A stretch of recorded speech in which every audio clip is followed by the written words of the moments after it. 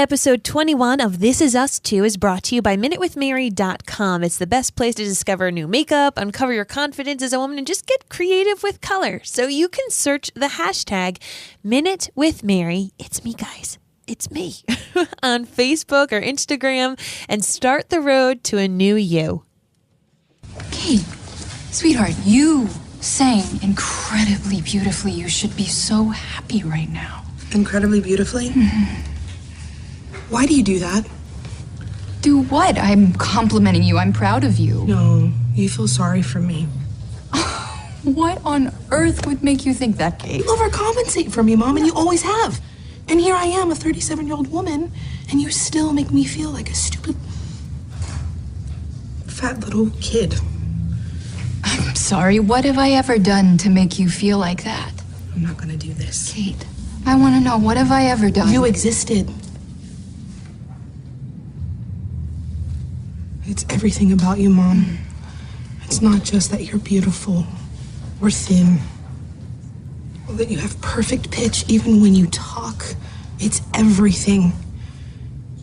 And you wanted a daughter like you, and I was never gonna be you. No, I never wanted you to be like me, Kate. Oh, no, you wanted me to be the you that you never became.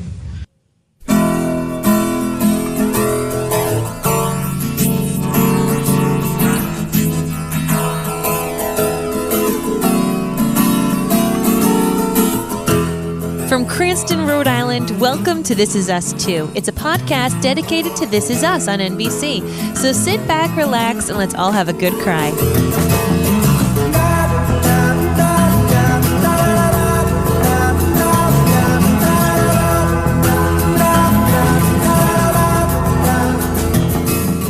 Hello, everybody, and welcome. My name is Mary Larsen. My name's Blake, and I'll tell you what, if I ever talked to my mother like that, I would have caught the world's biggest beating. Oh, really? Biggest. My mother gave me scars from beating me so much. Oh my gosh! I got a scar right on my knuckle from her wedding ring.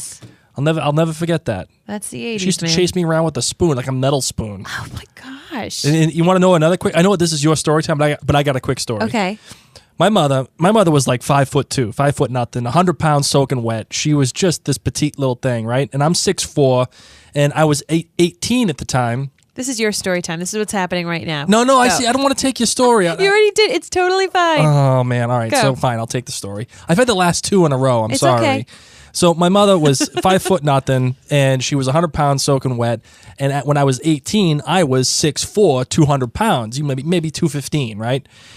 And you know, my mother used to give me a hard time, and she would tell me what to do and what not to do and whatever. And I would say, and when I was 18, I'd be like, "Ma, get out of here! What are you gonna do to me? Yeah. What you gonna hit me again? Like, it's not even gonna hurt."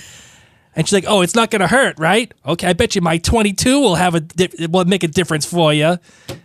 22? Yeah, her gun. Oh my gosh!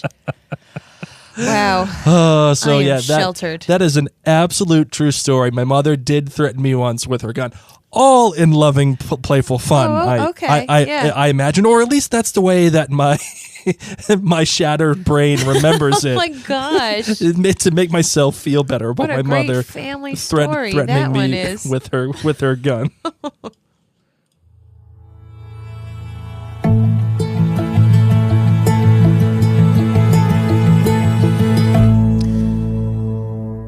So, let's get a little into the show. Tell me some of the fun facts. Sure. The title was A Manny-Splendored Thing. Now, you would think that it's obviously referring to the Manny. And this is actually the first title that has been kind of witty and a little oblique. Yes. I'm kind of cool with that.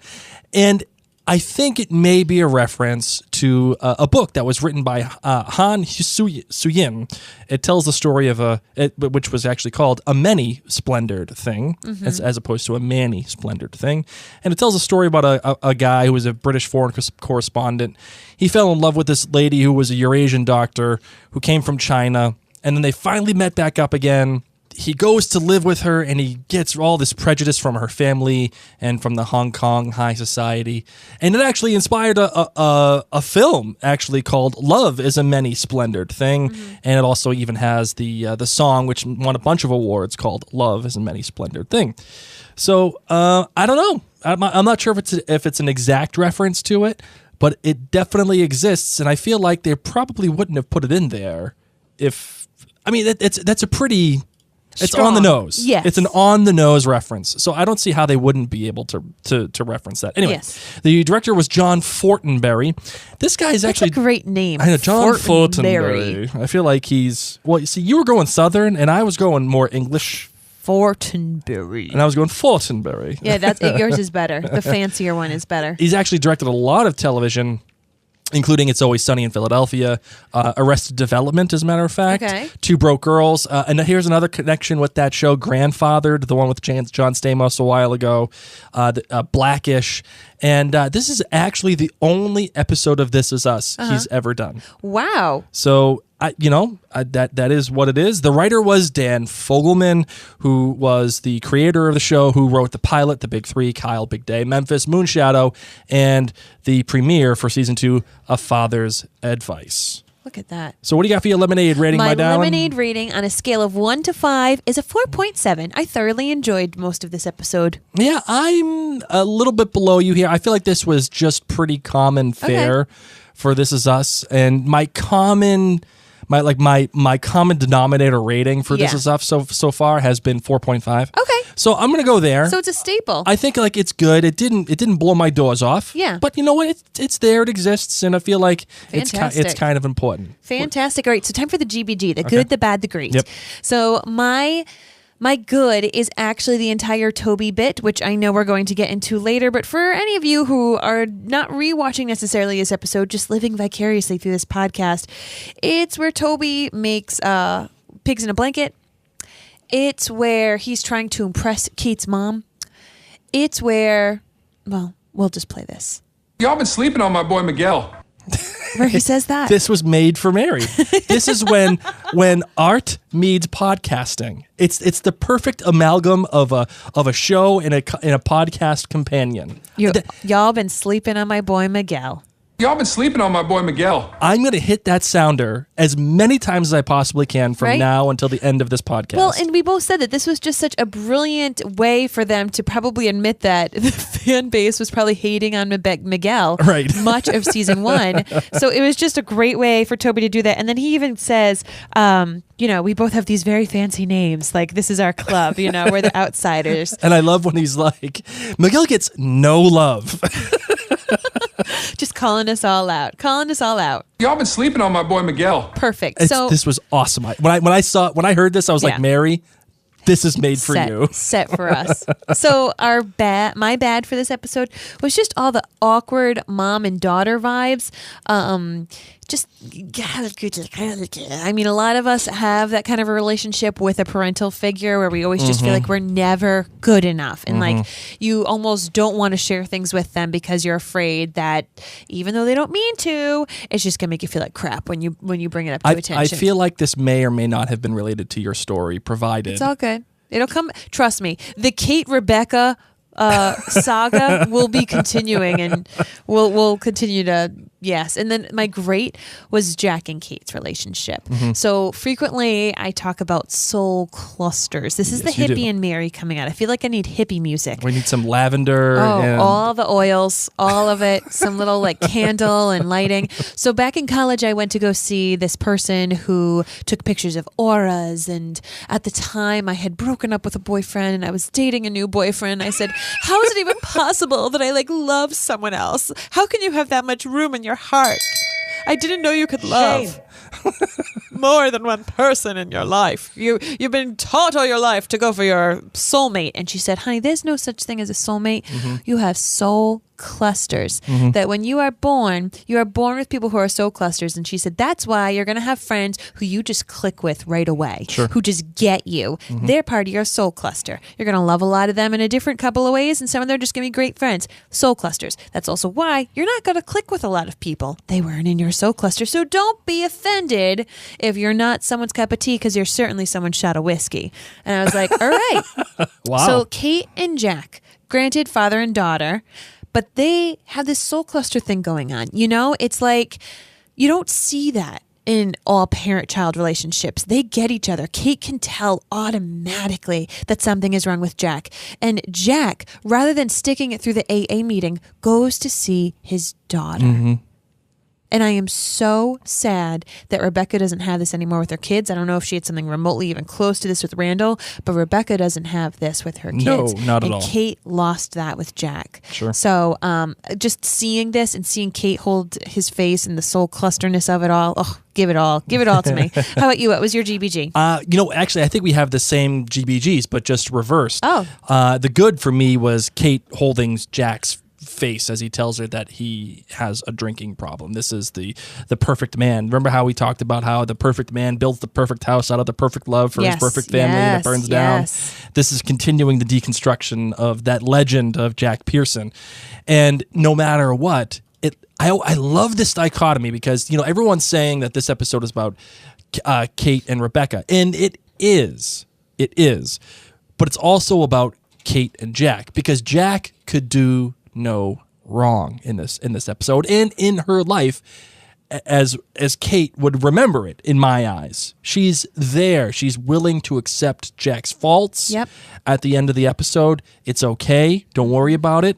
Yep. She even calls her mother Queen at right before this. Yes. Oh, the Queen let you back in. She doesn't know the full story. She doesn't know anything. Nope. But she immediately puts her mother as the villain. She's Team Jack. And this is what I'm saying. Jack could do no wrong, whereas Rebecca is always wrong, which probably informs her hostility towards her mother for her entire life. Maybe she blames her mother for blaming herself for blaming her for Jack's death. Oh my God. It's a whole litany of it. You just went wicked deep. Oh, I went like super deep, dude. And there's a whole litany. There's a whole onion here for Kate to peel back between her mother and Jack. Yes. Right? Oh my God, there's a whole world there. And then the bad for me was, oh my God, Mom, you sang? Like that, that one little line, that jab at her, ooh, and even Kate recognized, probably shouldn't have done that. Oh my God, I would have done that. Of course you would have. Now, here's the funny thing. I do like the hostility and the fact that Kate just blurted it out without even knowing why she did it. And that's just the brutal part about it. That is absolutely a Mary Larsen move right there. Oh my God. And sad but true. And then here's another part of that onion that needs to be pulled back, which is Kate walking in on her mom when she's singing in the shower. Yep. And Kate projecting the fact that her mother is singing because she knows she's better than Kate. Like, it's all in Kate's head. Yes. Rebecca was just singing in the bloody shower like we all do. And I know that this is my bad, and it is, because... Yeah, I'm a little confused. It gives you the heebie-jeebies up your spine. Why is this your bad? Just because it's awkward? Yeah, it's super awkward, so you're not, dude. Yeah, see, and that's how I am. It's just like... It's like it's not bad. No, it's like, oh my God, you know what it's like? You know when you were a teenager or a college student and you went to your friend's house and then your friend was being a little punk ass with their parents and you were like, oh my gosh, I'm just here for the shepherd's pie and I know my friend's being a little punk. They shouldn't be speaking... Their parents didn't do anything. Oh man, this is so awkward. I'm just the 22 is going to come out. I'm just going to keep eating. Have you been in those situations? Because I sure have. I lived those situations. Just keep eating. Just keep eating. Just keep eating. That's why it's the bad. You just feel so awkward. I feel awkward on the side of the TV. And it's not like Duke bad, right? The Duke bad is just poor why writing. are you here? Like, stop it. Yes. But this is bad because it's just like... Just gives you the awkward feels. Yes. But the great is absolutely... Y'all been sleeping on my boy Miguel. Goodness. Mr...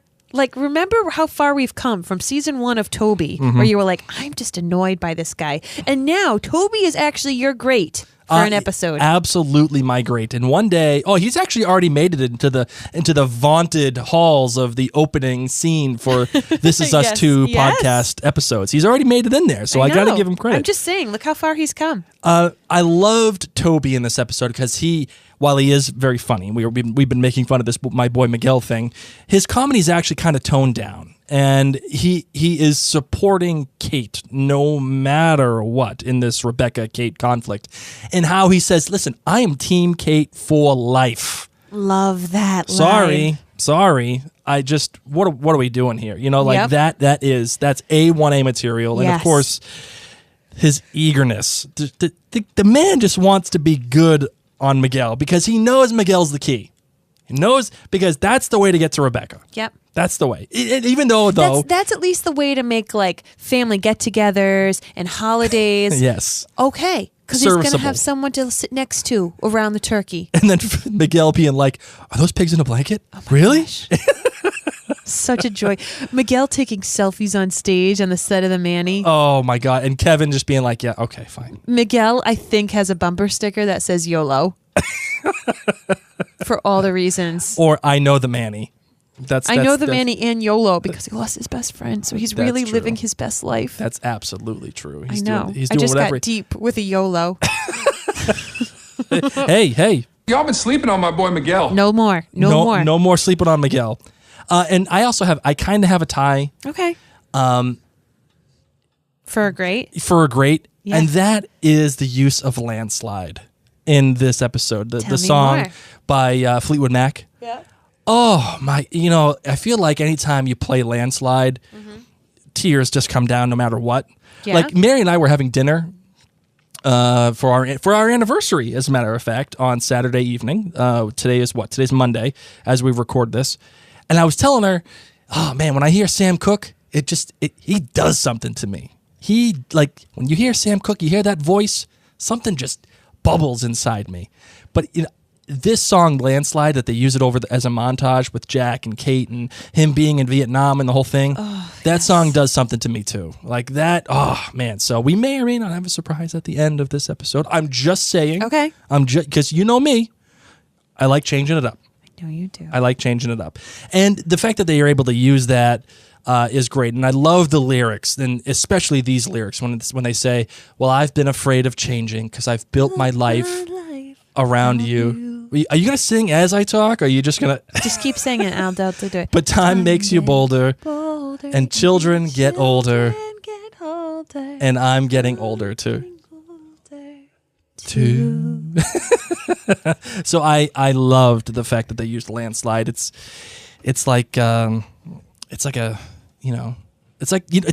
Genie. You remember that thing, Game Genie from Nintendo, which gave you Super Mario 3 raccoon power as much as you wanted. It gave you every single cheat code that you could ever imagine. That's pretty much the only one I figured out how to use. That is absolutely Landslide. Whenever you put Landslide on, it's like instant tears, no matter what.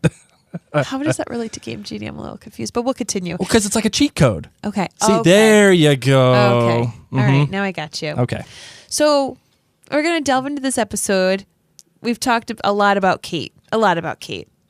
Great job, Kate. You got your gig. Right. We're happy for you. Let's move on to the other big three, because a lot of big things happened in this episode. Like this was a packed episode, as cheesy as it was, as simple of the plot line of like everybody get together in LA to see the Manny. Yep. It worked for me. It's a sneaky big episode. And yet, like, totally makes sense. This is a family. That family is what it's all about. The Manny. Kevin and Sophie winning me over. When she's telling him about George Clooney and be George Clooney. That's another story that we could relate to, too. You always tell me to be Halt and Catch Fire. Halt and Catch Fire. There you go. I'm telling you, it's going to be sad. Joe McMillan, that's the name. I'm going to be sad when this relationship ends. Oh, it's absolutely going to end. Crap, but I'm going to be sad about it because I'm really digging Sophie. I'm loving that she had him on set and she asked him to relive everything from the TMZ freak out. And then, of course, he had to come out wearing the diaper, which, like, why are guys in diapers in shows? Well, like, the guy wrote it purposely to embarrass him. I know. But you know what? I will not be surprised if, because he rocked it so much, he's going to get so much more fame out of it. Of course he will. But actually, as you were just saying this, I had a thought jolt into my head. It's a dangerous thing. I know.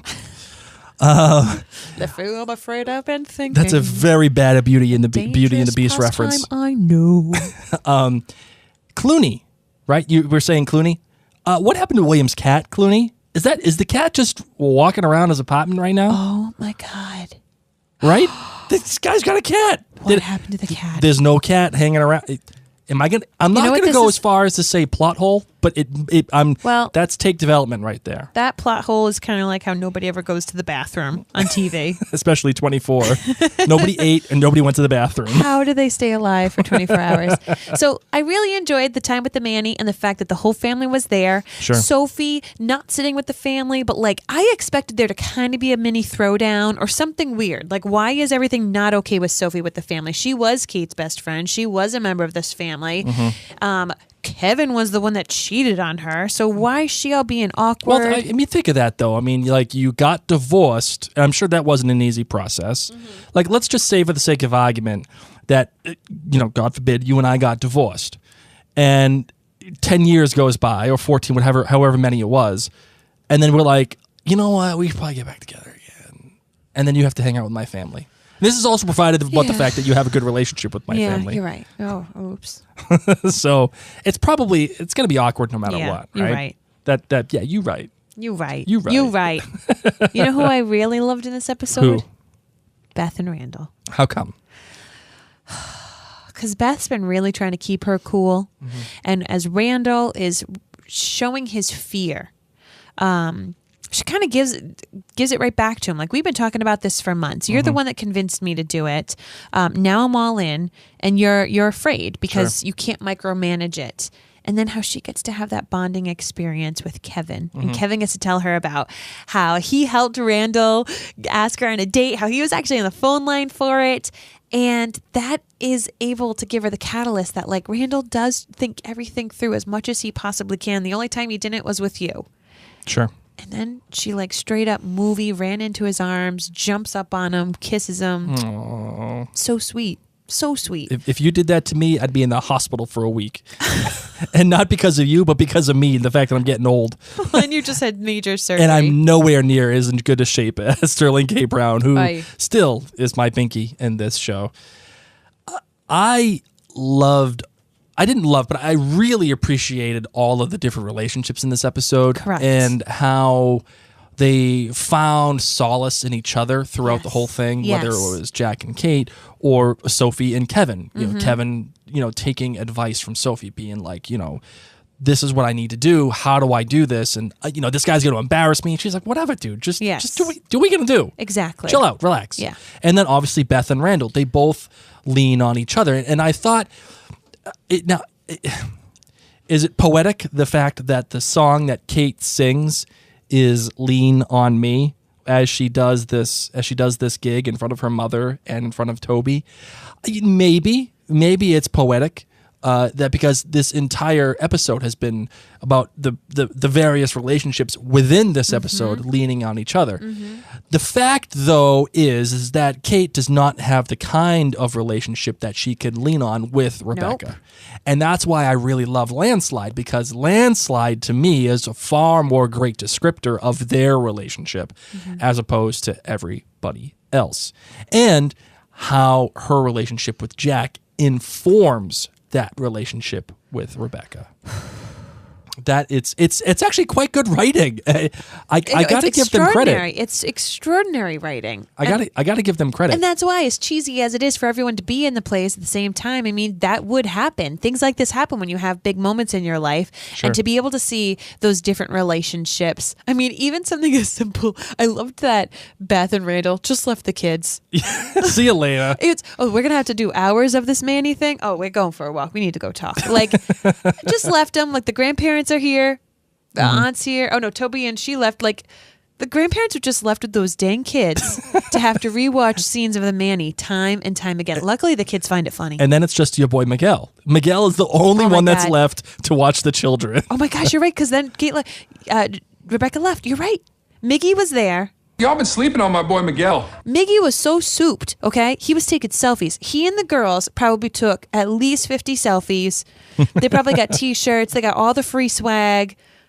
Miggy and the girls had a blast. Selfie watching the sticks Manny. all over the place. All over the place. All the hashtags, all the Insta stories. One of the things that I really liked too about this episode is if you pay attention to how things are filmed, like if you looked at the scene with Kate and Jack when he first when he realizes that he has a problem in the car, when he just shows up to her school. Just Only hey, in the man. 80s, all the kids have an outdoor lunch. I know, just and she hanging just out. walks up to a car, like Gets in. No teachers being like, excuse me. What you're not are we properly doing? Signed out. Where's your ID? So if you look at the way that is filmed, it's coming from a place of being in front of Kate and Jack, and it's it's shoulder over shoulder. But Jack is more confident, it seems like, in himself, and it's him remembering back to this situation. Whereas in the later flashback, when Jack admits to Kate that he has a problem, it's shot from behind, and it's like looking at a place of weakness. And if you look at it, if you compare the two, the way that the characters are placed and the way that it continues, it's almost a shot-for-shot remake. So deep. And the way that the characters are placed and the way it's shot, they mirror each other. Wow. So that when you look at Jack, going to visit her at school, it's a place of strength. Correct. And if you look at Jack talking to her in the bedroom, it's a place of weakness. So they mirror. Wow. And it's actually quite special. Mind-blowing. I know. I just noticed it. I just noticed it right before we started recording. I thought that was really cool. Yeah. And I love that the show is finally, like we talked about this last episode, it's really starting to get confident in its own storytelling. And because, like we open up on the episode with Jack and Rebecca in 1996, and it's got that almost train thing underneath just to get you stressed and to feel the pressure. Right. And it's like rolling and rolling, and Jack at work, and the piles of paper are lining up, and he just can't catch a break. And that's when it goes back to the 80s when Jack decides, I'm going to be with my family. He buys the thing, and he opens up, and then they show all the events again of all the kids jumping on him and all, that whole thing. The show is finally it's allowing itself to do that, and it's referencing its own self to tell you a story, to further it. It's great stuff. Because then he gets the phone call from work. Right. And he has to leave. Right. That precious moment, he has to go right back to that stressful work. Right. And instead of drinking, instead of going there with the flask in his coffee cup, he goes to the gym. And that's when Landslide starts. And by the way, a Vietnam reference again. Here's a question. Yeah. When he said he was in Vietnam earlier, he said he was just a mechanic. Yeah. But they're showing him getting off a helicopter. Get to the chopper. They're showing him get off a helicopter's like with the M16 in hand in the bush. I feel granted, like maybe he needed to go fix something that was broken in the middle of the infantry. It's possible. No idea. I don't know. It's possible. I don't know. You got anything else? Any final thoughts on this episode? I enjoyed it, and I can't wait to watch the next one. Sounds good to me. You got a hot take of the week for this one? Oh no, you do. I do. I absolutely. You see, you got to come up to date with these hot takes. I do. Okay, so my hot take of the week. Hold on. I got it right here. We will absolutely see more of Jack in Vietnam. Ooh. Absolutely. Interesting. And the reason why I know that is because there's a helicopter involved in one of these scenes. True. There is zero chance they rented one of these helicopters for one little throwaway scene during Landslide. You're right. We are absolutely going to see more of Jack in Vietnam. And Those things are expensive to rent. I know. It's just, you can't just show up and just be like, here's an M16, bro. For one little quick scene. Not going to happen. So, not even talked on. And I think it will help inform Jack even more and help us understand where he's coming from in terms of his alcoholism and why he kind of fell victim to it. Yeah. So I think there's a lot more there than we actually really know. I like what you're going with. And that is my hot take of the week. I like it. You ready to close out this bad boy, my darling? Oh, I truly am. All right, let's do it.